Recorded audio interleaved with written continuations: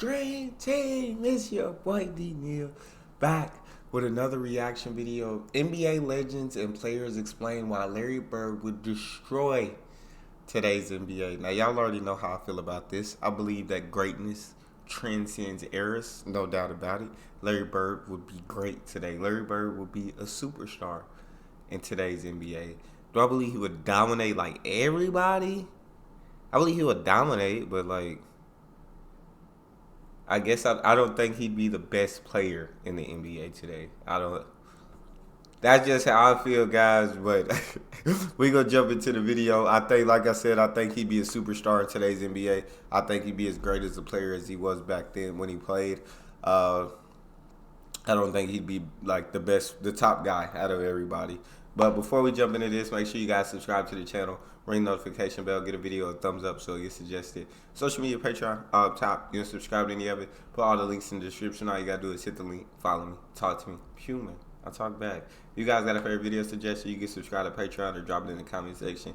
What we got? Imagine a prime Larry Bird in today's NBA. This is the most intriguing player for this type of series because he will fit so well in today's era. He is a complete package of what you want in today's NBA. Larry Bird had many ways to impact the game, and his IQ was remarkable. You could argue he had the highest basketball IQ in NBA history. The most underrated part of Larry Bird's game for me was his defense. He led the league in defensive win shares 4 times and finished second twice. Only George Mikan, Bill Russell, and Tim Duncan have more seasons than him as league leaders, and only Hakeem Olajuwon is tied with them. Despite his reputation as more of an offensive player, this actually puts him in the company of some of the greatest defenders in NBA history. He also made 3 all-defensive teams. Sure, he wasn't a lockdown defender like Dennis Rodman in one-on-one situations, but he could hold his own and was great at reading passing lanes for steals, so he wasn't a liability, which was one of the biggest myths. And to prove that Larry Bird would dominate in today's NBA, there are players like Nikola Jokic and Luka Doncic who are thriving in the league. They are monsters. They are monsters. I don't think either one of them can really play defense, but they're problems, bro. Yeah, Larry would be very dominant today. Larry would be very dominant today because those 2 players are absolute monsters. Today's NBA, there are players like Nikola Jokic and Luka Doncic who are thriving in the league. Both players possess some of Larry Bird's qualities. Jokic's freakish passing abilities, excellent off-ball play, and Luka's tough shot making and competitive mentality. But neither are a better shooter or defender than Larry. That is why in today's league it's difficult to find a player to compare Larry Bird to because he is a composite of many players. The only thing you have to worry about with a prime Larry Bird in today's NBA is whether he'll be ejected after trash talking every player guarding him, because he will destroy players mentally too. Like the guy was telling players what he would do before he even had the ball in his hands. So I'm going to show you NBA legends and players sharing. Unfortunately, I wish that they could trash talk it. But nowadays, it's if you celebrate or you stare at somebody after scoring a basket, you're getting a freaking take. I don't like it. Players what he would do before he even had the ball in his hands. So I'm going to show you NBA legends and players sharing stories of how dominant and skilled Larry Bird was. And after this video, please tell me how many points you think a peak Larry Bird will average in today's league. Enjoy the video, man. Prior to that NCAA tournament, still was the most watched NCAA Finals game in NCAA history. How much did you know about Larry Bird prior to that game? Well, Shannon, the summer before, they had the WIT tournament. Okay. And they brought all the best college players together. Okay. To play against the world. Okay. And man, I see this guy, you know, blonde hair. I said, all right, let me see if he can play. Okay. Man, I'm sitting there watching him shoot, Shannon. He must have made 30 in a row all net. So he was Steph Curry before Steph. Yeah. And I'm sitting there saying, this dude can play. Okay. Because, you know, brothers, we always say, okay, can the white dude really play? Correct. You know? Right. Yeah. So then I said, oh, man, he a bad boy. Right. Then we got in the game. Jack Gibbons was player of the year that year. Right. He tore him up, man. From Kentucky, Jack Gibbs from Kentucky. Kentucky. Because they won the national championship in '78. Right. That same time. Yeah, okay. Man, Larry Bird was taking it to him. I said, oh, man. I'm calling back home saying, oh, he for real. He for real. This dude Larry Bird? Right. Oh, he got it. He can play. He's dominating Jack Gibbons. Rich, I don't know. I think he might average 30. I mean, here's the thing. Nobody could ever Yeah, I rush can see Larry that. Bird. I know guys are way more. I can see him averaging 30 for sure. I think he might average 30. I mean, here's the thing. Nobody could ever rush Larry Bird. I know guys are way more athletic now, but his ability to shoot the ball, depending upon the team he's on, like he can get anywhere he wants to be and shoot over smaller players. And he was one of the most crafty players the game has ever seen. So I think his game translates to any time period. Larry Bird talked a lot of shit. Bird used to tell me, look here, man. I'm gonna go shoot this motherfucking jumper in your face right there in that corner. And it's gonna be your Christmas present. I'm gonna wrap it up and bust your head open. All that shit. He was the coldest dude I ever seen with that shit, man. Everybody be talking about these greats. They don't be always mentioning him. He was the shit. Yeah. The shit, man. He'll give it to you any way he wanted to. Any way he wanted to. Larry Bird was cold. Cold dude, man, real cold. Every night, show what you got. I don't know if I could ever tell you a memory. I'll just tell you that Larry was a phenomenal basketball player. The guy had unbelievable physical and mental toughness, which set him apart. I mean, that guy just would play through pain. I hate watching that. I hate watching his head down to this support like that. Making his return from an apparent fracture of the right cheek. Nothing bothered him. Unbelievable competitor, great hands, great vision, great feel for the game, and just, could go out every single night and just play at an unbelievably high level. Didn't have to shoot the ball really well to have a good game because he did so many different things. I said the dude just knew how to play, right? And the thing. Y'all heard what Gary said. He can give it to you in any way. Know what I'm saying? But when I watch his highlights, he can shoot. He's got great post-up game. Incredible passer. He can get to the rim. He's very crafty around the rim. Know what I'm saying? He's very crafty in his moves. It's a reason that he's Larry Legend. Have a good game because he did so many different things. I said the dude just knew how to play, right? And the thing that I loved about him is that he was a shit talker. And I wish you would have got a chance to play against him, Robert, because I swear to God, you'd have loved playing against him because the dude would just tell you where he's going, shoot it in your face, talk shit to you, and run back down the floor. Yeah. And he was just one of those guys that, he just had it. You know what I mean? Yeah, he had it, and I saw it in college, and obviously saw it a whole lot closer when we get a chance to play against the Celtics. He was the biggest trash talker back in the day, but he would back it up. The first guy there, he was the last guy to leave. He wore that body out with the jumpers and the running and the movement and the concentration and the focus and the discipline and the sacrifice. He had it all. He wanted the light on him. He wanted the focus, and he wanted that ball. And if it ever got to the point where Casey Jones, a coach who we just loved and would do anything for, if Casey would ever call somebody else's play, Larry would just say, no, I'm shooting this ball, and he would. I love that. Oh my God, bro. Boston, people all used to always talking about that he can't jump, he can't do this, he can't do that. And, a lot of my friends was like that, So, I got to the league. I called all my friends back up. I said, all that trash that you were talking, you need to squash all that. This man is great. He can, whatever you were saying for a man who can't jump, he's demolishing everybody. So your guys are saying, how can you let this guy? He's doing it on everybody. He's doing it on everybody. He's doing it on the best defensive players in the league. I have to. It's crazy, bro. Yeah, it's something that you might have to experience just to understand how great he was. You know what I'm saying? He gotta cook you one time, and then you'll see but yeah, it's players like that are just they're sort of crafty, that just have an extremely high IQ, understand the game so well, understand how to get to their spots, and just phenomenal basketball player. He's doing it on everybody. He's doing it on the best defensive players in the league. I have to give the edge to Bird. I mean, he can get his own shot off. He can get his teammate. Basically, what Magic did, he was able to do. plus be an offensive threat all the way out to the three-point line. That's an incredible asset. They were pretty much the same size. Yeah. They were both slow. They were both, they were not both leapers. Yeah. But Bird, that outside three, and they were both high IQ guys, but I got to give the edge to Bird. To play against the dream team. This was the legendary game where the college guys came in and Chuck Daly let y'all tear their ass up, and as soon as y'all started getting back, he ended it, right?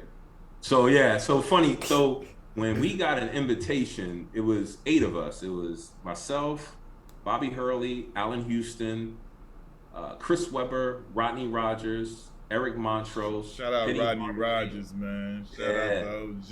Yeah. And Grant Hill was on that squad. So we get to La Jolla, San Diego, and we check into the Marriott. We go up to our floor, and we're walking in the corridor, and we see this tall white guy coming down the hall. And I'm like, damn, that looked like Larry Bird. So Larry Bird coming down the hallway, me and Chris Webber, and Larry Bird, you don't realize how big Larry Bird is until you stand up. Exactly. As a Larry Bird, legit 6'10". Real talk. When I first stood up against him when he was coaching the Pace, I was like, damn. So he walked by us and he says, y'all those college guys? And we was like, yeah, we the college guys. And he looked at us and he said, get some fucking rest. It's going to be a long week. And walked up. And he was like, what the hell? What y'all got us into? Yeah, I'm like, okay. You know, we like, all right, what's going on here? I wanted to say what's up, and he just gave me like this, like, damn. Larry broke into the league, rookie of the year. Yeah, had a strong first year. So I knew that I was teaming up with someone that was franchise-changing type talent.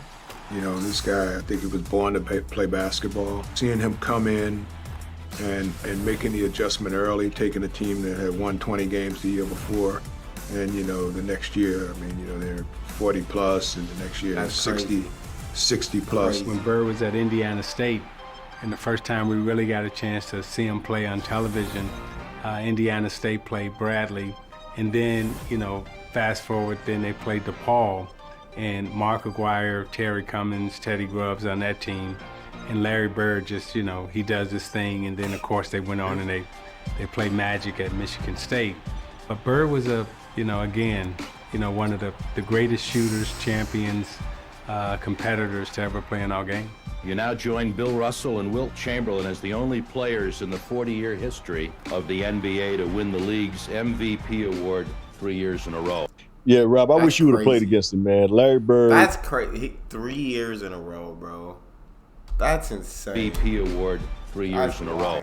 Yeah, Rob, I wish you would have played against him, man. Larry Bird was the biggest shit talker in the league back in the day. He would tell you exactly where he was going, what he was going to do.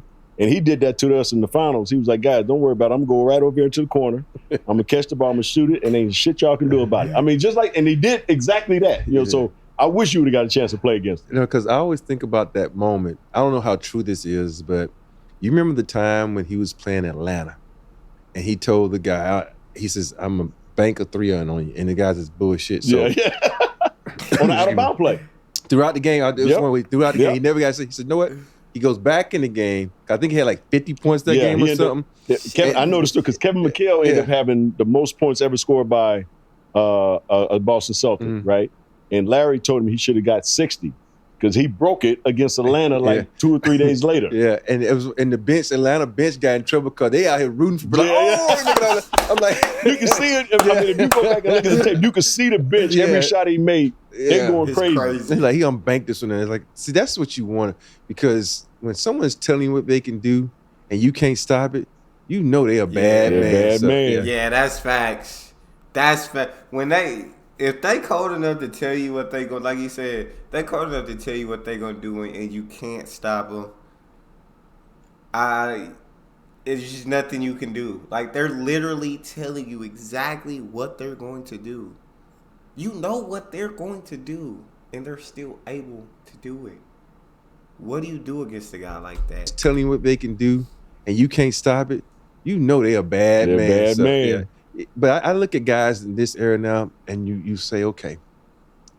You look at Bird and says, well, I could have stopped him because, you know, he's slow. sort of like Luka now. Luka, yes. You watch Luka. Luka is so freaking slow, and you like, why can't they stop that? Right. I'm like, but when you crafty and you know how to play, that's all you need. Yeah, I think Bird is fast compared to Luka. I see Luka, he's going slow as hell, and he'll get by you. But Larry probably looked like fucking sprinter compared to the way Luka played. Yeah. It's amazing. I think it was 86, 87. So we was playing Boston Celtics in the Eastern Conference Finals. So they gave me the task of guarding Larry Bird. So guarding Larry Bird, I'm like this 25-year-old rookie in the league. They said, Dennis, you have to guard him. And I'm like, and you know what I'm saying, guard him. So that was my whole job, to guard the toughest guy on the team, on the other teams. So, so I'm guarding him. And every time I turn my head, he's over there in the 3-point line. He said, I'm over here, Rook. I'm like, I got to go out there and run out there like a dumbass. Just go out there, try to contest him. He'll hit the three. I'm like, okay, da-da-da-da. I remember the Portland game. I think it was Super Bowl Sunday. We were playing Portland Trailblazers. He had like 52 points or something like that. We were down 3, and he's a remarkable, crazy 3-point shot. He was leaning. And I was like, there's no way he's going to hit the shot. DJ again to make the inbounds pass. The double team and Bird. That was crazy. That was crazy. I agree. That shot is insane. He's leaning. That is insane. 3-point. I'm like, this guy's amazing.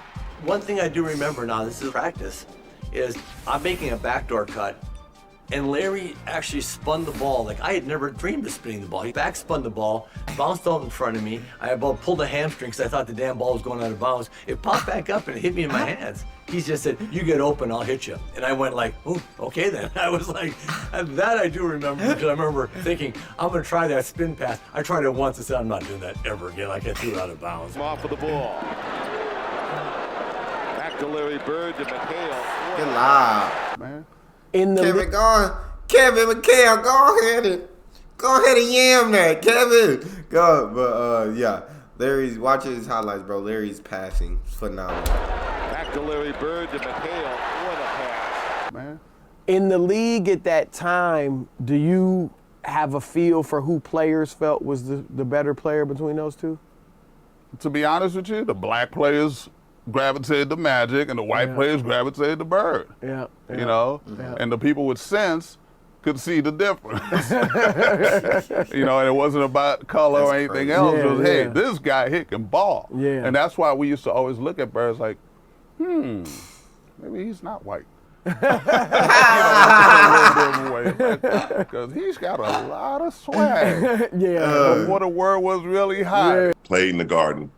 I got checked in the game, and Larry Bird was just standing there, and I walked right up to him, was like, "How you doing, Mr. Bird? I'm and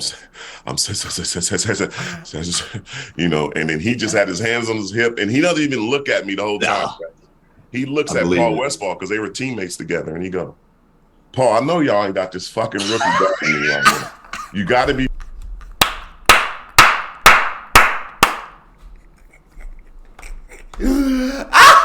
He going to Larry Bird trying to be respectful. Hey, Larry, I'm saying, Larry don't even look at him. He up here with a Paul, I know y'all ain't got this effing rookie. Bro, I love these Larry Bird trash talk, bro. Paul, I know y'all ain't got this fucking rookie back in you right now. You got to be fucking. And I got my hand out. My hand is still out, so I'm just like, oh, well. Somebody come guard 33 because I think I'm going to guard some. Like, for him to talk trash and never even icon or talk to me, I was like, ooh, this dude is dangerous.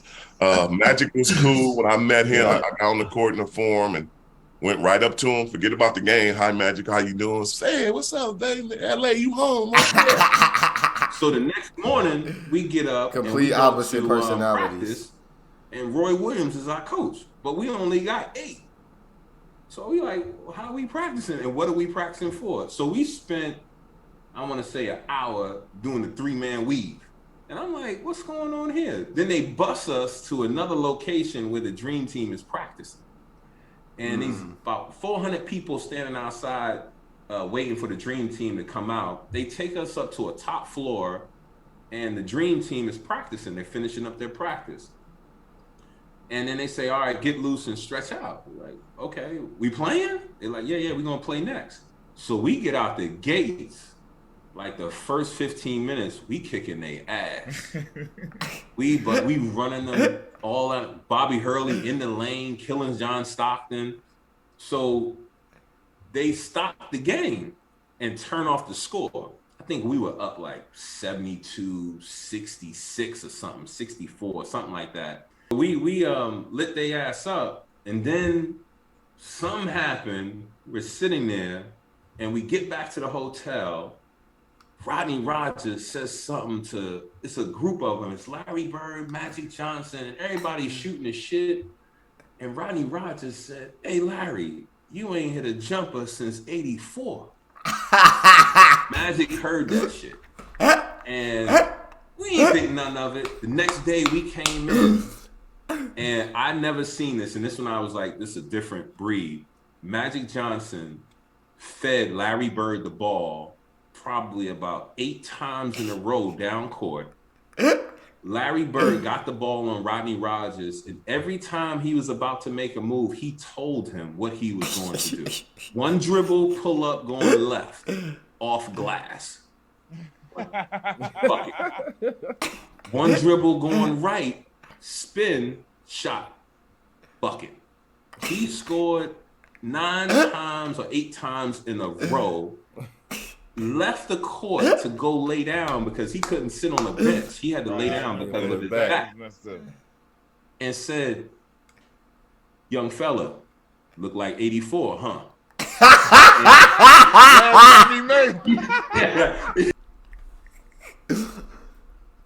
Bro, the more videos I watch of Larry, the more of a fan I feel like I become, bro. Because nobody talks like that, bro. Nobody talks like that. And then it had a game to back up every word that he says. 4, huh? That's crazy. Last time he made So I'm sitting there and I'm like, wow. I said, so that's they kicked our ass for the rest of the week. Larry and those guys, it's something I've watched my whole life. I turn around and Larry goes, what's up, Sal? What's up, Larry? He goes, you made it. Yeah, man. He goes, y'all not double teaming? I said, nah, just me on you. He goes, for real? I go, yeah. Yo, mouse in the house. And he runs down to the post and posts me up. And boom, boom, score. He said, it's going to be a long night, Sal. And Larry with a long jump shot. We up 1, and we come out of the huddle, and Bird looks at me, and Kent Benson is guarding Bird. And Bird looks at me and he goes, he's got no shot. And he says it right to Benson as he was standing there, right? And sure enough, he gets it in on the left side of the court, takes it down to the baseline. All right, here's Dennis, gets it into Bird. Larry, a runner. Got it! Ball game's over, Boston wins. That's crazy. Knocks it down, they win by 1. He walks off, he goes, I told you, you can't put him on me. He said, you better get somebody else who can guard me. So guys, I hope you enjoyed the video and tell me how many points you think a prime Larry Bird will average in today's NBA. So make sure you like, share, subscribe, and show love to the YG gang, and I'm out. I think because he's such an incredible passer, and because I feel like he'd average 30, but he'd also average like 8 to 9 assists, somewhere in that range. But that's all we got for this one. You guys got a favorite video suggestion, you can subscribe to Patreon or drop it in the comment section. Subscribe to the channel, ring notification bell, get a video a thumbs up so it gets suggested. I got social media and Patreon all up top. You want to subscribe to any of it, put all the links in the description. All you got to do is hit the link, follow me, talk to me. Love talking to you guys. You guys are the most incredible team on YouTube. It's your boy Neal, out.